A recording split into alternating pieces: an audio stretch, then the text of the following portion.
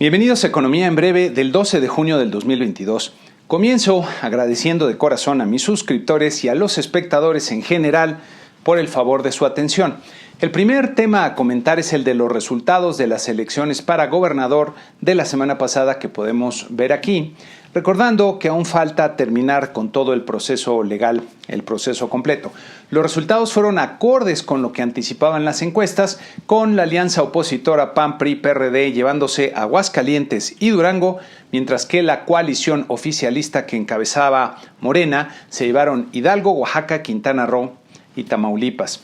Indudablemente hay un triunfo para Morena que, como vemos en este mapa, tendrá 22 estados bajo su gobierno.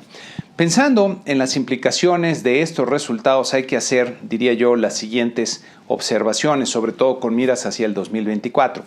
Primero, hubo una baja participación ciudadana de acuerdo al conteo rápido, menor al 60% del padrón y en algunos casos como Oaxaca y Quintana Roo apenas superior al 40% en el rango máximo de la estimación, lo que puede ser un reflejo de la insatisfacción del electorado con lo que ocurre en el país. Cabe notar que en las elecciones presidenciales es cuando más sale a la gente a votar y cuando más cuenta el voto de castigo y el voto útil de la ciudadanía. Segundo, Morena avanzó capitalizando los errores y debilidades del PRI, con los gobernadores de Hidalgo y Oaxaca operando o negociando de alguna forma para entregar el poder en esos estados. Morena ha logrado atraer a muchos de los cuadros del PRI que le son bastante afines. Tercero, el aparato estatal se usó de forma electoral a pesar de estar prohibido. Morena adoptó muchas de las prácticas que anteriormente criticaba cuando estaba en la oposición de izquierda en el país. Cuarto, buena parte del éxito de Morena reside en el descrédito de los partidos políticos entre el electorado, que sigue siendo explotado y aprovechado por el partido en el poder y por el presidente. Quinto, la falta de cooperación del movimiento ciudadano para integrarse a la alianza opositora ha favorecido a Morena, por lo que le ha costado también a dicho partido que no pintó en la contienda. Viendo hacia el 2024 me parece que sería un error pensar que Morena tiene asegurado el triunfo porque aún queda un camino muy largo y los resultados del gobierno de López Obrador están lejos de ser lo que espera la ciudadanía, que vive una realidad cada vez más adversa en diversos ámbitos como el económico, el de seguridad, el de salud y el de educación. Falta todavía mucho en este proceso. Pasando a los temas económicos, el INEGI publicó las cifras de inflación del mes de mayo que se pueden ver aquí en este cuadro resumen. La inflación general de 0.18% resultó nuevamente por arriba del promedio anticipado por los analistas encuestados por Citibanamex, que era 0.15%. En esta gráfica se ven las sorpresas presentadas por la inflación general respecto al promedio de la encuesta Citibanamex publicada justo antes de conocerse el resultado de la primera quincena de cada mes, acumulándose ya 5 sorpresas al alza en lo que va del año, es decir, todos los meses han sido sorpresas al alza en el 2022. En esta otra podemos ver que la inflación general del mes de mayo fue menor a los 2 años previos, pero inusualmente positiva. En este cuadro del INEGI vemos que la electricidad presenta una fuerte baja por las tarifas de verano en varias ciudades, que es lo que usualmente prevalece en este mes para producir una inflación negativa. Regresando al cuadro principal, la inflación subyacente también resultó superior a lo previsto, con 0.59 observado contra 0.55% que se esperaba, acumulando 18 meses consecutivos con sorpresas al alza respecto al promedio de analistas, como vemos en esta gráfica. Si vemos la inflación subyacente de los meses de mayo nada más, la observada en este año fue la más elevada del siglo. La inflación subyacente anual vuelve a repuntar para alcanzar 7.28%, nuevo máximo desde el 2001, como vemos aquí. El componente subyacente de alimentos y bebidas alcanzó 11.27% anual, que es el nivel más alto en lo que va también del siglo, como vemos acá. Uno de los genéricos que llama la atención y preocupa es el de loncherías y otros restaurantes similares, que superó el 10% anual. Este renglón es importante porque refleja lo que pasa en miles de pequeños negocios que usualmente no tienen poder de fijación de precios y que son un reflejo de presiones de demanda, lo que sugiere que las presiones inflacionarias son más persistentes y generalizadas de lo deseable. En esta siguiente gráfica les presento mi pronóstico de inflación para el presente año en 7.69%, con las barritas representando la inflación de cada mes, observada hasta el mes de mayo y pronosticada a partir de junio. En la línea pueden ver como referencia la inflación promedio de cada mes en los 5 años precedentes, lo que sirve nuevamente como una forma de comparación para la trayectoria. Para la inflación subyacente anticipa un nivel de 6.78% que resulta demasiado elevado para lo que es deseable. En esta otra gráfica pueden ver la trayectoria de la inflación anual tanto general como subyacente para lo que resta de este año y el siguiente.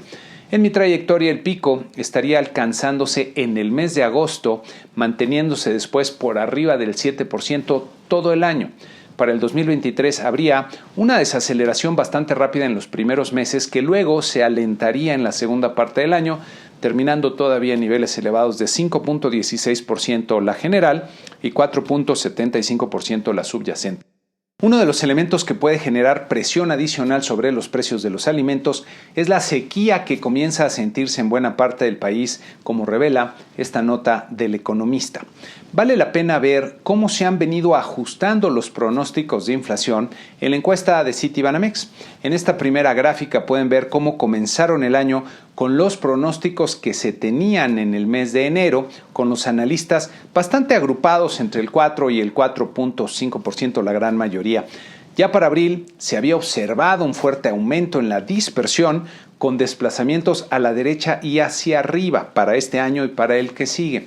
Ahora para junio, los pronósticos de inflación para este año se ubican en su gran mayoría entre 6.5 y 7.5%, mientras que para el 2023 hay todavía una gran dispersión entre el 3.5 y el 5.5%.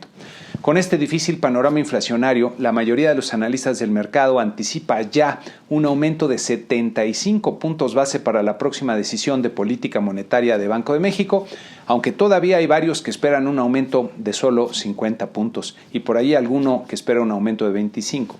Me parece que este balance va a seguir inclinándose, el balance de los resultados de los hechos, hacia los 75 puntos, ya que esta encuesta se levantó, por cierto, antes de conocerse los malos resultados de inflación del mes de mayo en Estados Unidos. Y pasando este dato, la inflación al consumidor de este país fue de 1% en el mes de mayo, lo que resultó bien por arriba del 0.7% anticipado por el promedio del mercado y repuntando en su comparativo anual para alcanzar 8.6%, el nivel más alto en 4 décadas y retomando su preocupante tendencia ascendente. Excluyendo alimentos y energía, que son los componentes más volátiles del índice, el llamado núcleo de la inflación registró 0.6% en mayo, por arriba ligeramente del 0.5% anticipado y registrando una lectura anual de 6%, que aunque sigue desacelerando lo hace de forma muy lenta. El repunte de la inflación en Estados Unidos sorprendió a los mercados financieros y produjo reacciones bastante importantes, con los principales índices bajando de forma significativa el viernes, como podemos ver en el promedio de 10 índices de esta gráfica, que perdió 2.7% nada más el viernes. En este cuadro podemos ver que la semana fue nuevamente de pérdidas importantes para los mercados accionarios, sobre todo en Estados Unidos, acumulándose caídas pronunciadas en lo que va del año de 2 dígitos en varios casos. Nuestro tipo de cambio reaccionó al repunte en la percepción de riesgo global, aumentando casi 30 centavos de golpe el viernes, como vemos en esta gráfica, regresando ya muy cerca de los 20 pesos por dólar. Las tasas de interés de los bonos a 10 años repuntaron también de forma importante como consecuencia del rebote en la inflación en Estados Unidos, como podemos ver aquí, con los bonos del Tesoro estadounidense alcanzando una tasa de 3.16%, que como podemos ver en esta otra gráfica, no se observaba desde octubre del 2018. Luego de estos resultados, crece la probabilidad de que la Reserva Federal aumente su tasa de interés de referencia en 50 puntos base, por lo menos en su siguiente decisión, que tendremos, por cierto, la siguiente semana. Esta semana también el Banco Central Europeo anunció que aumentará sus tasas de interés 25 puntos base en julio, terminando las compras netas de activos en este mes y dejando ver que podrían venir aumentos mayores en su tasa de interés. Luego de que la inflación de Europa alcanzara 8.1%, también un máximo de varias décadas, el Banco Central Europeo pues no le queda otra que ponerse a actuar sobre los precios, sobre la inflación con su política monetaria, y este es otro elemento que también está afectando el desempeño de los mercados. Regresando a México, el consumo privado presentó un repunte bien importante de 0.7% real mensual en marzo, lo que representa una muy buena noticia, ya que pues, se han superado los niveles previos a la pandemia y se mantiene una tendencia ascendente, como podemos ver aquí. Sin embargo, hay que tomar el repunte con cierta reserva, ya que en el primer trimestre del año coincidieron dos factores que podrían explicar la fortaleza del consumo privado, pero son factores transitorios que habrá que ver si en el segundo trimestre pues, van a dejar de estar presentes. Por un lado, el relajamiento de las medidas de prevención del COVID ante la reducción de contagios permitió pues un repunte de la movilidad y que muchas personas que habían estado conteniendo su gasto y que todavía mantienen su empleo, sus ingresos, sus empresas, pues salieran a ejercer este gasto. Por otro lado, todo indica que el gasto público de los programas sociales, así como la aceleración de las obras para la inauguración del aeropuerto de Santa Lucía, pudieron haber representado un mayor ingreso para muchos hogares, contribuyendo al repunte del consumo justo antes de que viniera el proceso de revocación de mandato y las elecciones que acabamos de pasar. En esta siguiente gráfica podemos ver que a pesar del repunte del último año, aún falta un buen trecho para recuperar la tendencia que llevaba el consumo de los hogares nacionales. La inversión fija bruta también presentó buenos resultados en el mes de marzo, como podemos ver en este cuadro del INEGI, creciendo 2.9% real mensual como resultado de un fuerte repunte de 5.2% en la inversión en construcción, mientras que la inversión en maquinaria y equipos se contrajo 1.3%.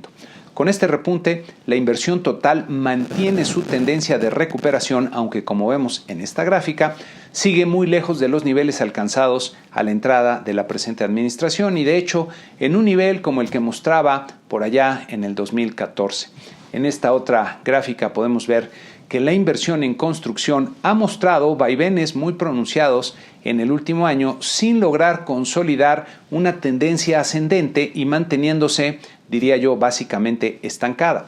La inversión en construcción no residencial, que es la que agrupa las grandes obras para ampliar la capacidad productiva del país, repuntó un poco en marzo luego de fuertes vaivenes también en los 2 meses precedentes que parecen explicarse nuevamente por la prisa para inaugurar el aeropuerto de Santa Lucía, regresando a un nivel parecido al de los últimos meses del 2021 y percibiéndose básicamente estancada. La inversión en maquinaria y equipo tuvo un tropiezo ligero en marzo, pero mantiene su tendencia ascendente como vemos en esta gráfica, aunque también muy por debajo de los niveles previos al actual gobierno. En esta siguiente gráfica me parece especialmente reveladora, por cierto, de la caída en la inversión que ha habido en el país. Tomando solo el primer trimestre de cada año y como vemos aquí, la inversión total está 18.7% por debajo del pico alcanzado en el primer trimestre del 2019 y en el menor nivel de los últimos 10 años.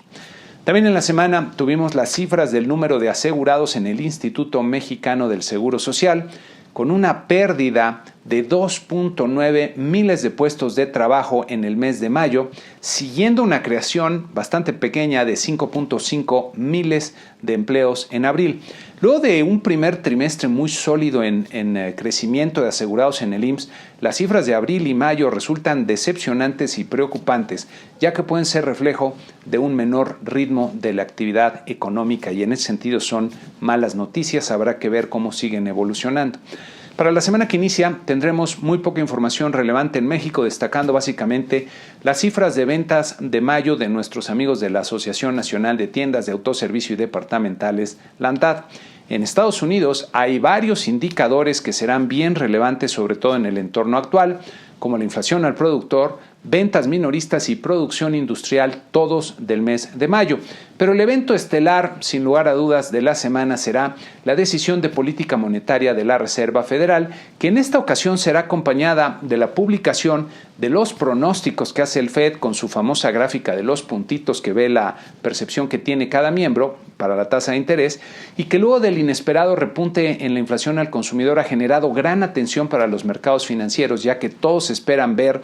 qué tan firme se mostrará la Fed para atacar el problema, y hay un estrecho margen para el error con decisiones que son muy difíciles ante sus posibles consecuencias. Me inclino a pensar que la Fed tendrá que actuar de forma más firme para estar en posición de recuperar el terreno perdido frente a la inflación, lo que debería de llevarla a ofrecer por lo menos una guía futura de un aumento más rápido en su tasa de interés de referencia. Sería muy conveniente que se pronunciaran claramente, conveniente para contener la inflación, que se pronunciaran para ello, aún a pesar de permitir que la economía entre en una recesión de corto plazo, lo que por cierto también aplica para Banco de México, pero ya veremos cómo reacciona. Como vimos esta semana, los mercados financieros globales están muy inquietos, por lo que la volatilidad podría continuar siendo elevada, inclusive aumentando en estas semanas. En el resto del mundo habrá otras decisiones de política monetaria en Brasil, Inglaterra y Japón,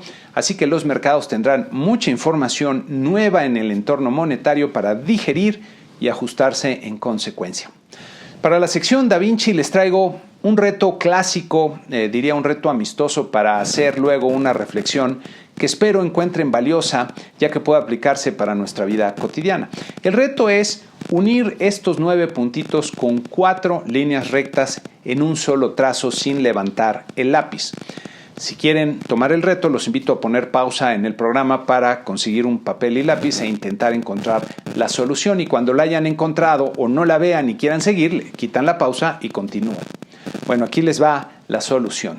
Comienzan desde una esquina y trazan la primera línea hasta el otro extremo, luego conectan los puntos de ese lado, pero siguen más allá del último punto. En el siguiente trazo conectan los 2 puntos que están por ahí sueltos, pero siguen el dibujo hasta el mismo nivel de los 2 puntos que faltan, trazando la última de las 4 líneas para tener todos los puntos conectados. Este es el ejemplo clásico que se menciona para pensar fuera de la caja, que nuestra mente usualmente ve como parte del problema, ya que estamos acostumbrados a pensar dentro de ciertos límites. La caja, en realidad, esa conexión que hay entre los cuadritos, entre los puntitos exteriores, no existe, pero nuestro pensamiento la construye de alguna forma para acotar el problema, porque solemos estar acostumbrados a pensar de esta forma. Muchos problemas que enfrentamos frecuentemente tienen soluciones que requieren que pensemos fuera de la caja, como en este ejemplo.